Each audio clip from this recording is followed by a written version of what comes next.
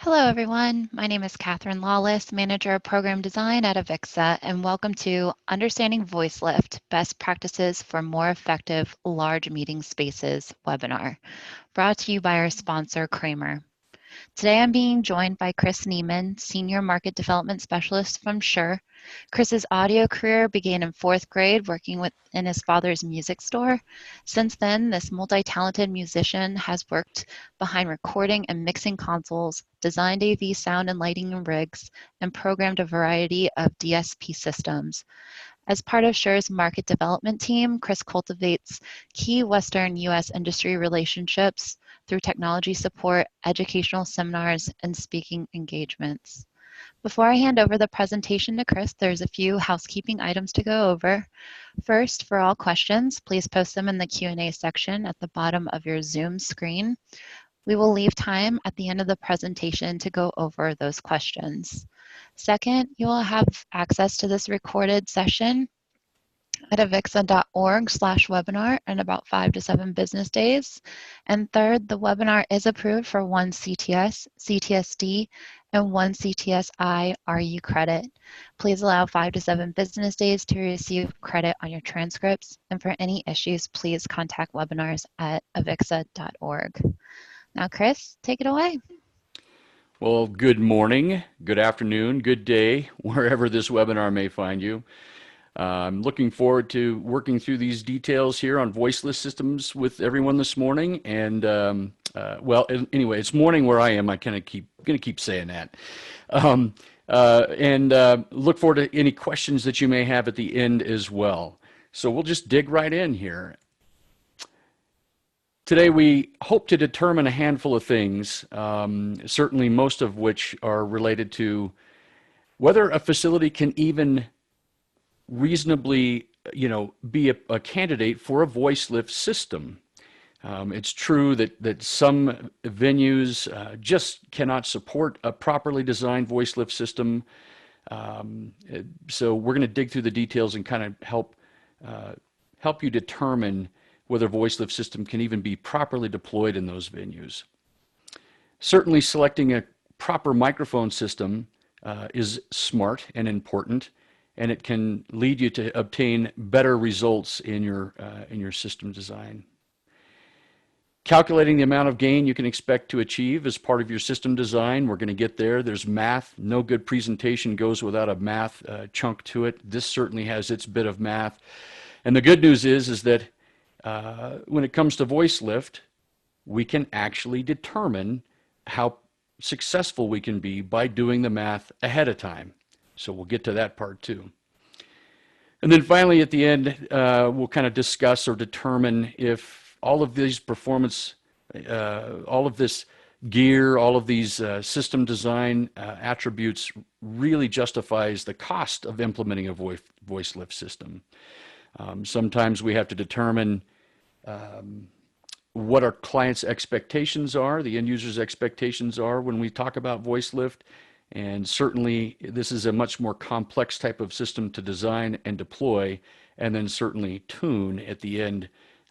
And oftentimes we want to make sure that the end result is already kind of explained and determined by the end user what they should be expecting out of a voice lift system. So with that, we should probably just get right into what the heck is voice lift. I will warn you to be careful here. If you do a Google search on voice lift, you'll probably find top hits that include stories from ABC on how baby boomers in Hollywood are going to doctors to have literally a voice lift, like you might have a facelift. So that's not what we're talking about here, obviously. This is much more related to our AV industry. And purely the definition, as it boils down to its most simple nature, is an attempt to provide just enough sound reinforcement into the room so that the farthest listener can hear as well as the closest listener. So what's happening here is that when a person, a talker, a sound source talks, there's natural decay over time, over distance, and certainly high frequencies are attenuated. And all of this kind of is defined by the inverse square law. So voice lift is trying to make up for what happens naturally in space, which is this inverse square law. We also see that oftentimes in these voice lift systems that there's a need for AV conferencing. And so both of those types of systems can be deployed at the same time. In many cases, you're using the same microphones for voice lift as you're using for the actual send for your AV conferencing system. Note that this does require DSP for signal routing and system adjustment. In the older days, this could have been done through lots of analog processing and even more head scratching and gnashing of teeth, but today it's a little bit easier with our DSPs that are out there where we can route a much more complex input signals and output signals. And so voice lift also, as mentioned kind of before, this is a much more complex system than just a traditional speech reinforcement system where, you know, maybe a talking heads or a speaker up front may just need one microphone and a couple speakers on sticks, and you amplify that system far beyond what would be considered natural in the room. It would be, you know, a lot more gain. A voice lift system really is meant to be much more natural, and it's only, again, compensating for the natural loss of speech over distance.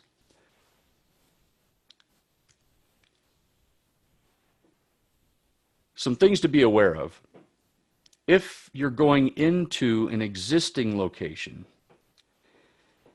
with an existing installed system of some type, chances are that existing system will need pretty major overhaul.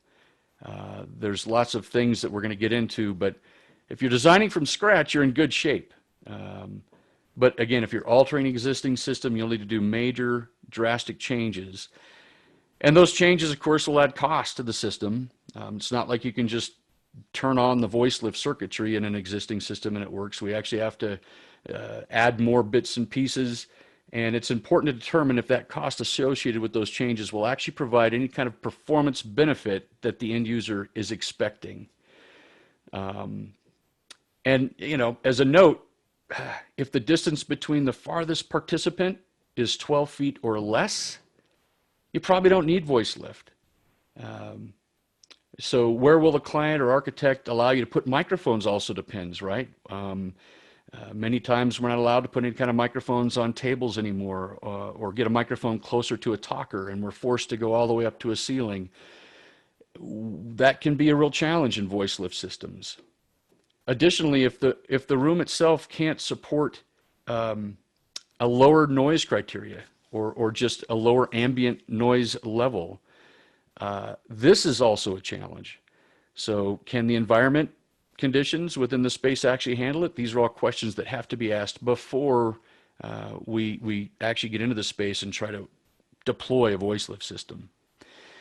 Many times when these things get deployed correctly, users who are using the system will note that a voice lift system sounds so natural that they don't even know that it's on until it's turned off. So again, we're not trying to add as much gain as we can, like a single speaker into a microphone that's going to loudspeakers. This is just natural enhancement. One other item to note here at the bottom of the screen is that the introduction of voice lift into an existing conference system will absolutely affect the performance of the AEC, the acoustic echo cancellation. So you'll need to plan on making adjustments to that system if you are in fact trying to use an existing system there. So here's where we start getting into some of the math. And the inverse square law and PAGNAG are two of the important bits that we're going to talk about. And if you're familiar with the inverse square law, you'll know that there's a 6 dB level drop for each doubling of distance from the source, whether it's a receiver or a transmitter. Also to note, though, is that the inverse square law is based on omnidirectional components.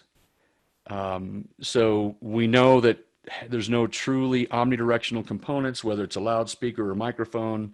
And when it comes to designing voice lift systems, we actually try to stay away from truly omnidirectional. We want to have much more directionality to not only the speakers, but the microphones as well. This allows us to get a bit more gain. So more about the inverse square law here. Here's the equation, 20 log r sub 1 divided by r sub 2, where r sub 1 is your first distance and r sub 2 is that second distance. And basically, you know, if you calculate or measure that SPL for a specific distance, and we know what that is, the inverse square law can determine SPL difference when the distance between the talker and the microphone changes. And we know that, for instance, if we double the distance away from the source to the receiver, in this case, the picture showing a talker to a microphone, if we double that, we have a 6 dB drop. If we cut it in half, we actually gain 6 dB. So this can work to our advantage, and it's important to note when it comes to deploying voice lift systems, because the closer a microphone is to a talker, this is good. If the microphone starts getting further away from the talker, we start to have other problems. Not only do we lose gain, but now also potentially we have all this other ambient noise or noise that's in the room that's also going to be transmitted. So on the PAG-NAG equation, this has been around for quite some time as well. PAG is potential acoustic gain, and NAG is needed acoustic gain. And so here it is. Here's the big ugly math equation for our presentation today. And the bits and pieces here is defined where NOM, or number of open microphones, FSM is the feedback stability margin. This is basically around 6 dB, and this is a built-in kind of safety measure. It gives us our headroom in our equation. EAD is the distance between the source and the talker and an unaided listener. So again, from a source, the talker and an unaided listener, this is a known distance here, right? This is our acoustic distance where we know we have X level of audio at that distance that's good. After that, we have D sub 0, which is the distance between the talker and the farthest listener. D sub 1 is the distance between the closest loudspeaker to the microphone. D sub 2 is the distance between the loudspeaker closest to the farthest listener. And D sub S is the distance between the sound source, or the talker, and the microphone. Excuse me. What this equation is going to do, once we solve this equation, it's going to give us some number. And it's going to tell us how much gain we could have in the room versus how much needed gain we have to have a stable system. And perhaps the two most important components here is the D sub 1 and the D sub S value, where D sub 1 remembers that distance between the closest loudspeaker to the microphone. The reason why this is important is because, frankly, the further away we can get that loudspeaker from that microphone, the more gain we can get. And that D sub S value is that the distance between the sound source and the microphone. So again, if I get the microphone closer to the talker, I get more gain. So if we look at this here, it's true that you can find these things on the internet. Certainly Shure has one. Some other companies have these posted. You don't have to do the longhand math. There's calculators where we can plug our bits and pieces in. And I am going to switch over and share my screen. Here we go. And so now at this point, we should see there's a PAG-NAG calculator here. This is the one on Shure's website. If you go to Shure's website and you just go to the search box and you type PAG, you'll notice that it shows up down here under content matches, PAG-NAG calculator. And we'll zoom out so we can see here. Right away we can see all of our different parts to the equation I can fill in, and I can change what type of microphone I want to use. So in this case it's showing a gooseneck. Maybe I want to try a boundary mic instead, or even a hanging mic, and you see that the mic will actually change position here. Let's go back to gooseneck mic and let's just try putting some information in here. You'll notice the very first box to fill in here, aside from deciding whether you're working in feet, metric or imperial units, but this number of open microphones. I can type a number in here.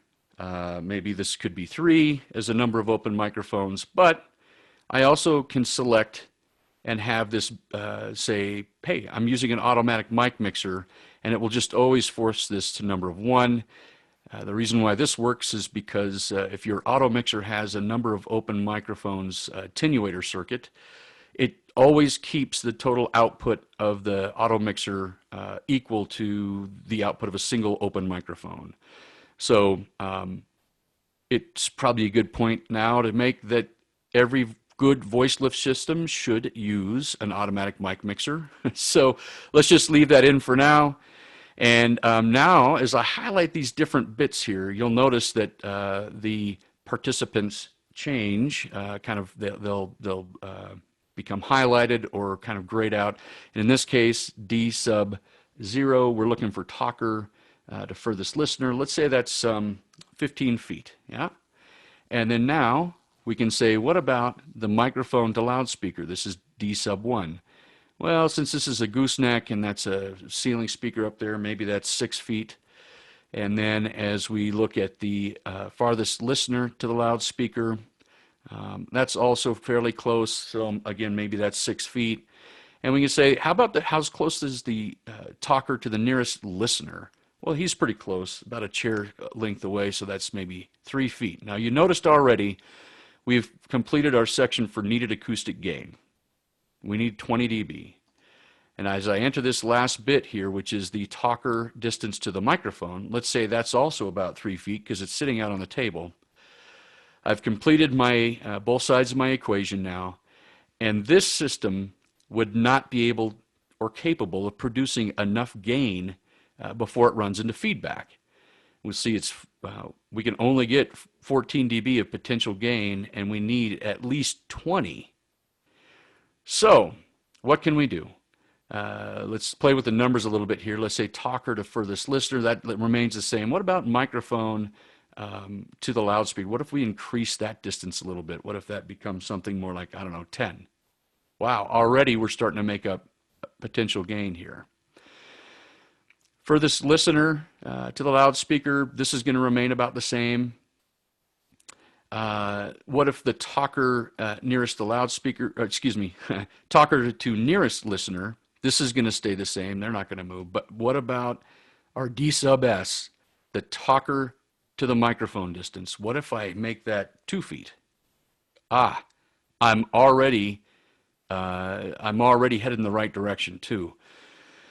I'll point out that this is kind of this yellowish color here.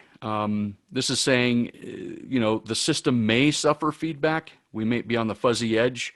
You would have to employ other techniques, maybe EQ or something else, to try to ring out any potential feedback issues. We like to have that stability margin around 6 dB. What happens if I have that again? Wow, making big changes now. So I went from 3 feet to 1 foot just on the talker to microphone distance. And now I can get 8 dB of gain out of this, okay? The architect or someone has now said, no mics on the table. The client doesn't want mics on the table, so you have to have some kind of a pendant or hanging mic. And so you notice when I changed, obviously nothing else here changed because all of my input values are the same. But the reality is now, the microphone is now closer to the loudspeaker, right? So this is probably going to be something more like 5 feet or something maybe. And no longer is the talker 1 foot away from the mic. This also may be, I don't know, if the ceiling height is around 8 to 10 feet, we usually don't see these pendant mics hanging down much more than you know, 2, 4, 6 inches maybe from the ceiling. They usually don't hang down a great deal, but in this case, let's say it's hanging down a couple feet from an 8-foot ceiling, so this is 6 feet away from the talker. I've really gone in the wrong direction here. Obviously, the system just will not work. So again, you can go to Shure's website, play with your system beforehand. You're always calculating for the worst possible scenario, wherever you think your closest loudspeaker is to the microphone, and you know, the furthest distance from the person to the microphone. We're always using kind of our worst case scenario to base this on. That gives us the extra headroom and stability, knowing, you know, going out in the field, we can deploy it knowing that we'll have some amount of success. Jump back here.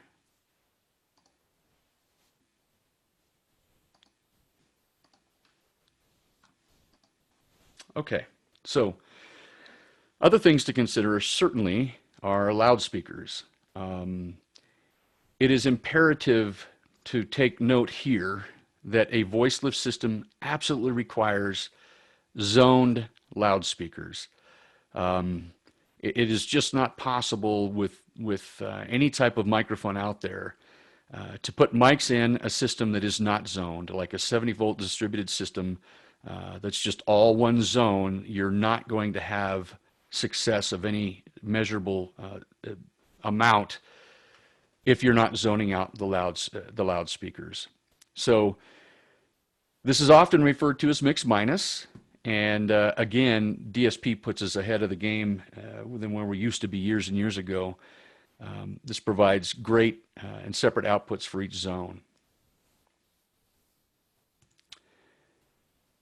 So the idea here is that we're not allowing a microphone to be played back into a zone for which that microphone is in. We want to provide a discrete mix to each loudspeaker zone, eliminating reinforcement of any microphones, again, in that zone. And in order to facilitate voice lift, you have to design loudspeaker zones in the system which are discrete mixes, and that's from your DSP. And of course, the more zones you can create, the greater the flexibility to adjust the system during commissioning and to achieve an optimal gain before feedback. A voice lift system, to be called a voice lift system, has to have at least 2 different loudspeaker zones. So in this scenario, we're showing a room that's 30 foot by 18 foot, and we've got 2 loudspeaker zones here, and each zone will require a separate amplifier channel, of course. It might be important to point out here that you might want to consider something like a Dante PoE loudspeaker. That'll give you much more flexibility in routing and establishing zones. And certainly because the larger the room gets, the more zones you're going to need. So again, all of this is to achieve better gain before feedback in the system. In this example, we're showing 4 different zones, 4 different amplifier channels. Each zone has 4 loudspeakers. Additionally, you know, these loudspeakers, they can be different styles and types. They could be wall mounted. You just have to make sure you're designing with that in mind. But most often we see voice lift systems using ceiling mounted loudspeakers as typical. They're used in conference spaces as well, and they allow for a bit more even distribution of sound energy across the room. Just remember, you have to have an amplification channel for each zone. That's one home run of loudspeaker wire to each zone. And again, I guess we'll point out that there may be a great benefit of having something like a Dante PoE powered loudspeaker, because you can make that creation of zones much more tailored and detailed in the field, making that process easier to actually set up your system. Moving on to microphone considerations and what we have to think about there. Certainly gooseneck and boundary mics are a great option here because it keeps the microphone closer to the talker. And so here is kind of a standard look on a boardroom system, standard boardroom table. mics on the table closer to the talker in these conference spaces and courtrooms, for instance. These table mics will provide the ability to position the mic capsule closer to each talker, increasing gain before feedback. And here the distances between the microphone and talker and microphone loudspeaker are great. They're ideal, right? We have plenty of distance between that microphone and zone 2, and certainly then also zone 3. We would not be routing that microphone into zone 1. That would be breaking kind of our rule about voice lift and what we're trying to do here with zoning. But this gives us great margin for or headroom stability in our system. But again, what happens when we have to go to the ceiling, get a microphone off the table? If we do that, our microphone now is actually much closer to zone 2. In fact, it's probably as close to that loudspeaker in zone 2 as it is to the source, the talker. And so in this case, our system will go into feedback far before we can get to any point of any kind of voice lift in that space.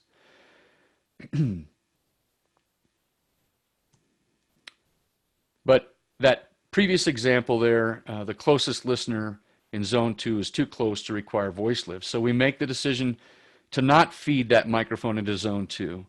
And let's say we only feed it into zone 3. How much improvement can we get from increasing D1 in this scenario? Well, almost 4 dB. So we improve on PAG, the potential acoustic gain, but still not enough to realize that 6 dB need of feedback stability margin that we like to see. So we accomplish this between ceiling microphones and table microphones, and the result indicates some gain is achievable, but the amount is still below feedback stability margin. This is where we're hanging the microphone down now. Appendant style microphones hanging down from the ceiling, not flush to the ceiling, but some amount down. It still is just not gaining enough traction for us to get where we need to go. There is another option to consider. When we first started shipping our MXA 910 ceiling array microphone, one of the first questions that came up was, can it be used for voice lift? And we've done the testing and actually deployed several in field now to absolutely with confidence say yes. In fact, not only can you do it, you're going to get more gain before feedback than using traditional microphones. Even if you consider something like a supercardioid microphone pattern that's in the ceiling, hanging down, that pattern is still very, very wide when it's that far away. So the 910, because of its very narrow coverage patterns, can provide more gain before feedback than other mics. But you have to be careful that you actually aim the lobes where they need to go. Again, we're not going to aim lobes into zones for which that lobe is being played into or routed to. So that's an important part to remember. Overall, the 910 can provide as much as 7 to 11 dB of additional gain over traditional mics used in a ceiling. We can help you with this. If you want to work with any of our Shure associates or distributors, our reps around the globe, we can help you with these calculations. What this calculator is showing is actually a single zone, and this is standard kind of a PAG-neg calculation, but you'll note that here we have another version, a D sub 1A and a D sub 1B. This is for calculating multi-zone functionality. The takeaway here is that, again, we want to hit a 0 dB or greater, and the system will be adequate for voice lift. But look at what happens here. At the bottom of the chart, we've got omnidirectional mics, and then cardioid mics, and then an MXA 910. So there's really not a lot of difference between an omnidirectional mic and a cardioid mic used suspended from the ceiling. You're only getting about an extra dB of gain. Well, that's 1 single decibel of gain. Whereas the 910 nets us a much higher gain. In this scenario, standard traditional hanging mics would not suffice for a voice lift system where the 910 gives us more than plenty of gain to get where we need to go for our feedback stability margin. And just to kind of highlight the differences here, on the left we see example of supercardioid polar patterns, and they're measured at different frequencies because there's no microphone that's a perfect polar pattern at all frequencies. They tend to change and morph. The MXA 910 has that same challenge. And so what we're seeing, though, is the three polar patterns here just to the right are the 910. And this is the wide polar pattern, and we have a medium and a narrow polar pattern. It's worth noting that a lot of times in voice lift, we end up using medium and wide. That may kind of go against your normal thinking. But one thing to note here, because of the change that happens in the polar pattern as it gets more and more narrow, we start to have other interference lobes here, or fingers that kind of stick out and do other things. So a medium lobe is much more behaved and a wide lobe is much more behaved.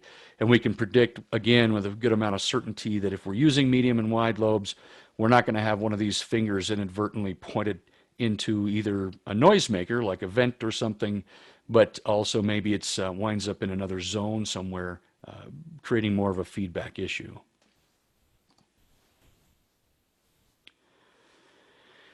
So here's the idea. We've talked about it, and here's a graphic showing it.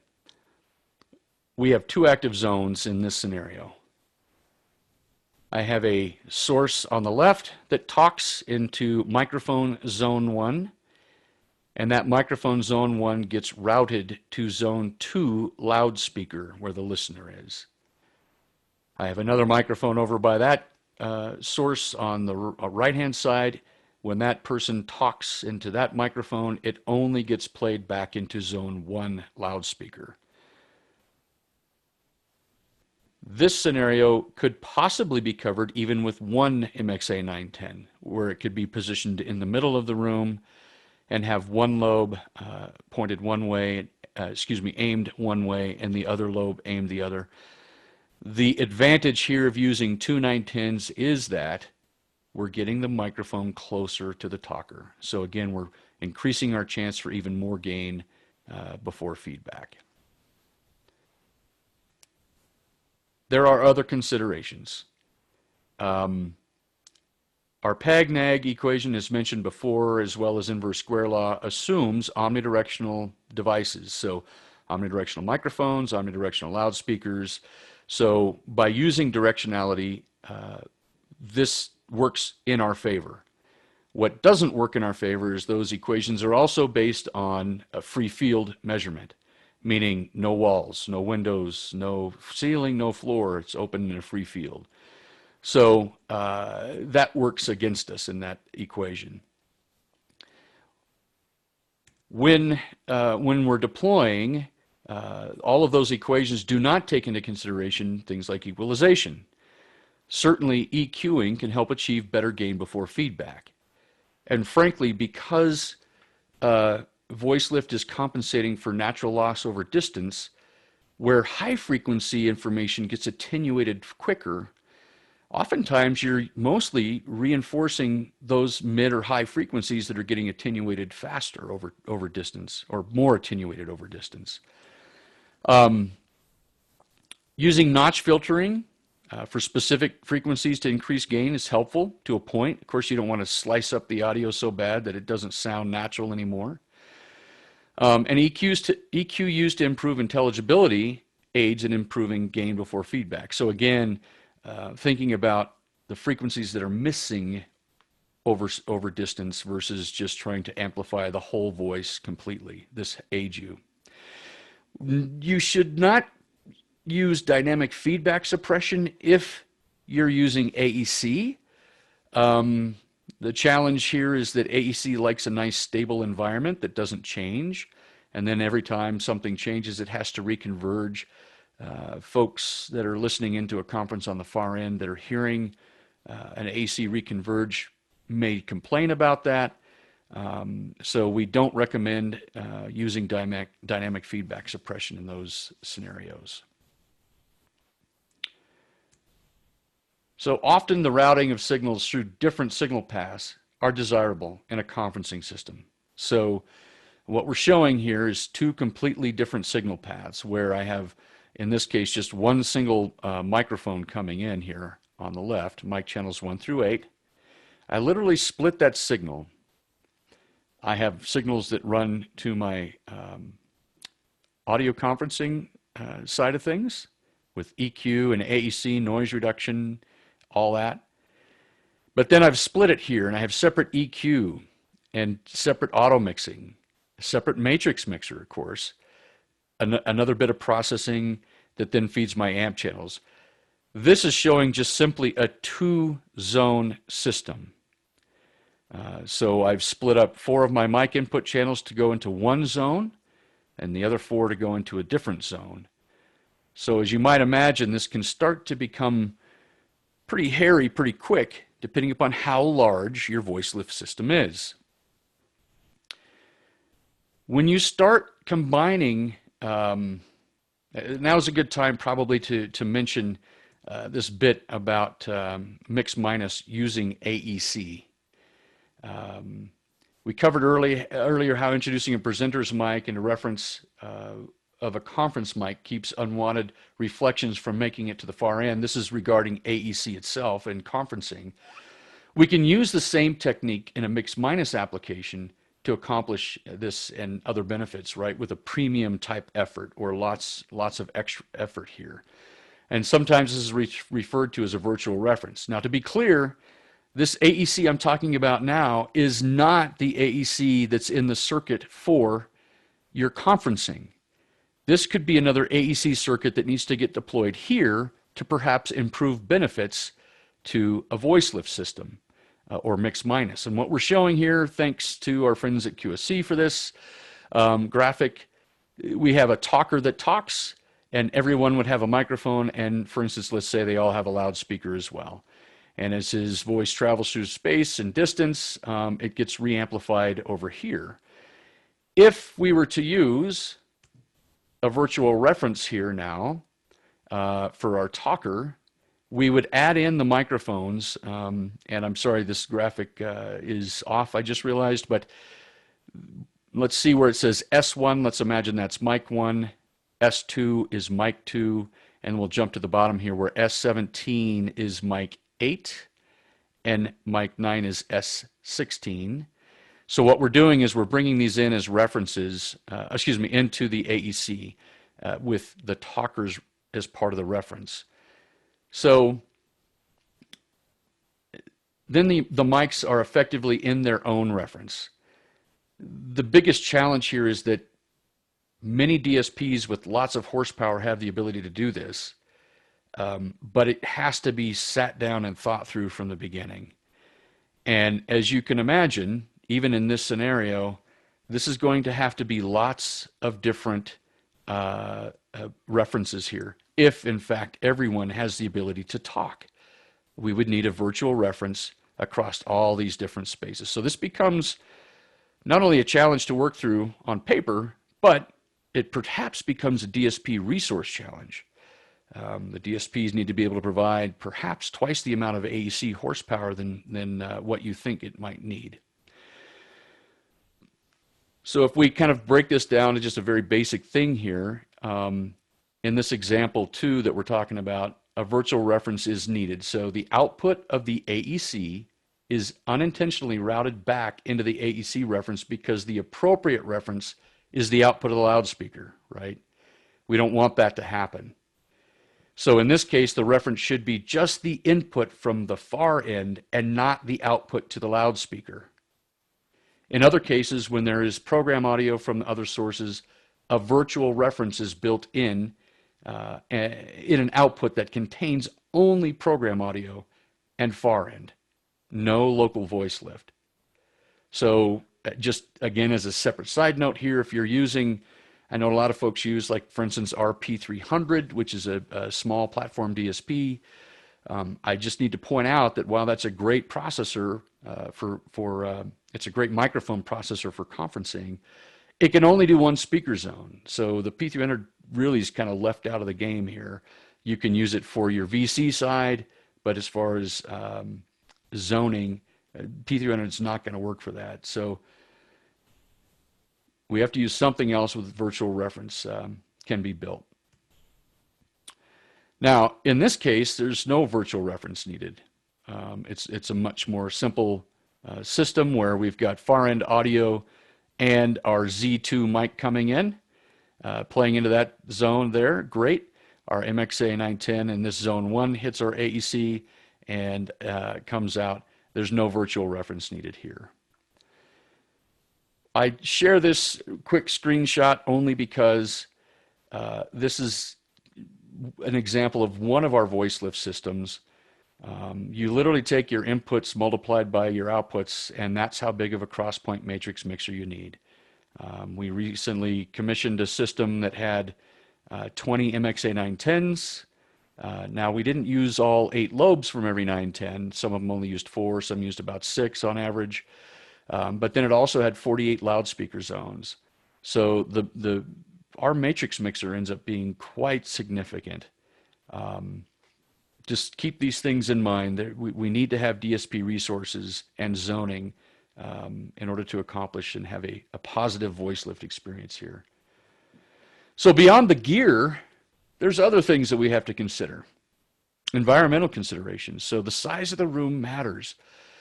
Very large spaces have higher decay times, or RT60s, and they may not be suitable for voice lift, although it seems a little contrary. You know, it's oftentimes we've deployed voice lift systems just because the room is much larger. But once you start to get to these bigger rooms and we have higher reverberation times and acoustic issues in those larger rooms, it's probably recommended to go back to a pass-around mic or a handheld mic or something like this for any kind of question and answer scenarios. If the ambient noise level is too high, you have to have more gain to overcome that noise level in the room.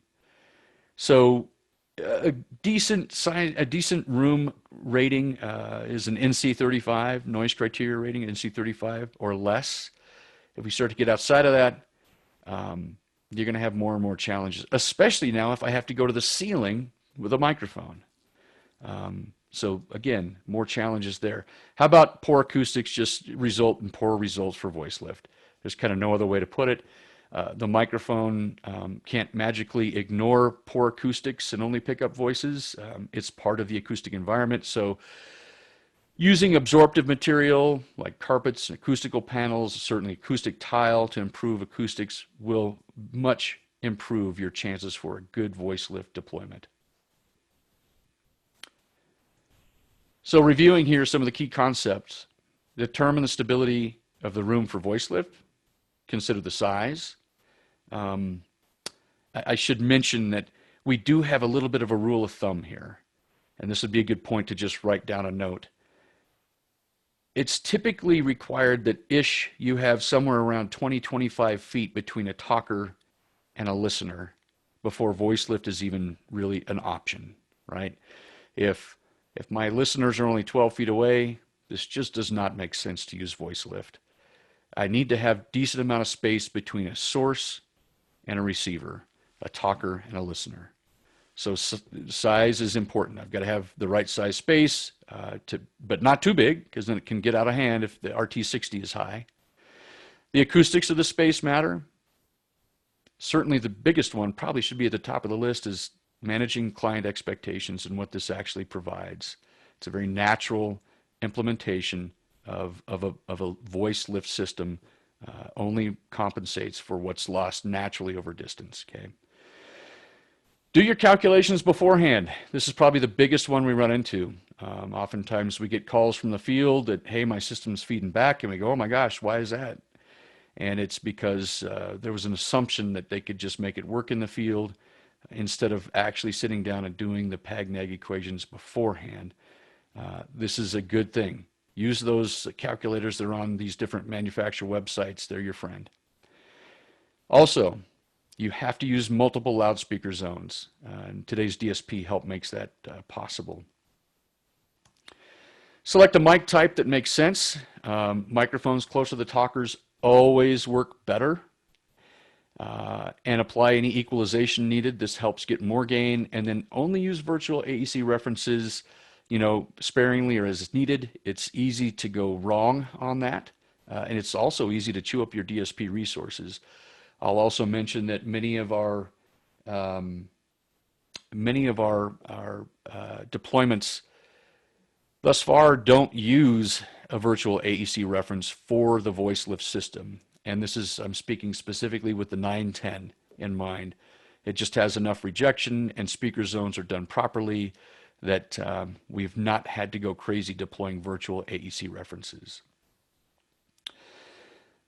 As far as more training, if you're interested in more information, certainly you can go to the PAGNAG calculator. I mentioned how you could get there earlier. You can check out our webinars. One of them that you could look for is maximizing gain before feedback. This is good. Also, how to use the 910 ceiling array for voice lift. This does seem to be a very popular thing, specifically with that microphone. Furthermore, you can go to our Find and Answer section. There's lots of great information there. You can also contact our applications engineering department. There's a number and or you can contact them at that contact page with email and such. So at this point, I know that there's some questions coming in. I think we're ready to move on to that bit. Awesome. We do have some questions coming in, and I'm just going to start with the first one and work it down. We have one question that asks, any PAG/NAG calculators for beamforming mics? With the caveat of, because you can only programmatically move the mic listening area, a tool which takes beamforming into account plus PAG/NAG would be an excellent resource. That is a great point and a great question, and we are working on that. I expect that we'll be able to have something deployed here rather soon. The takeaway, I guess, for today is to know that with something like the 910 specifically, we have calculated that you can get between 7 to 11 dB additional gain over the standard PAGNAG equation. Great. And what about microphones around a large conference table where mics and zones of speakers need to be swapped to allow participants on both sides of the room to be heard? How is this handled through a DSP? Yeah, so if I understand the question correctly, if whether these are boundary or gooseneck mics or even a 910 mic, we need to use matrix mixing so that only certain microphones can only play out of certain loudspeakers. And it probably is worth noting that if you're using wireless microphones, this can be a real problem or a challenge. You have to make sure that wireless microphone gets back to exactly the same spot each time. I know that's not part of this question specifically, but it kind of reminds me here a bit in this question. So long and short, it's handled through DSP by matrixing your inputs to specific outputs, if I'm understanding that question correctly. Great. And when it comes to MXA 910, can you set a macro to enable or disable voice lift? Oh, yeah, that's a great question and a great point. This is not actually a function on the 910 necessarily. It would be a function of your DSP and whatever control system you have connected to the DSP. We do recommend giving clients the ability to turn the voice lift system on and off. Sometimes they ask if they could turn it up and down. We kind of recommend against that. That's up to your own, your own thought process and how that might benefit or hurt you if you give a client the ability to turn it up or down. But muting it becomes important. And here's why. If you are in a larger room, and we're in a presentation specifically, there's not necessarily a reason to have voice lift turned on. And it would be adding to the overall gain of the room. So as people make noise or chatter or whisper to each other, this continues to add to the overall gain of the room. So turning voice lift off via a third-party device through the DSP yes, would be good and recommended in many deployments.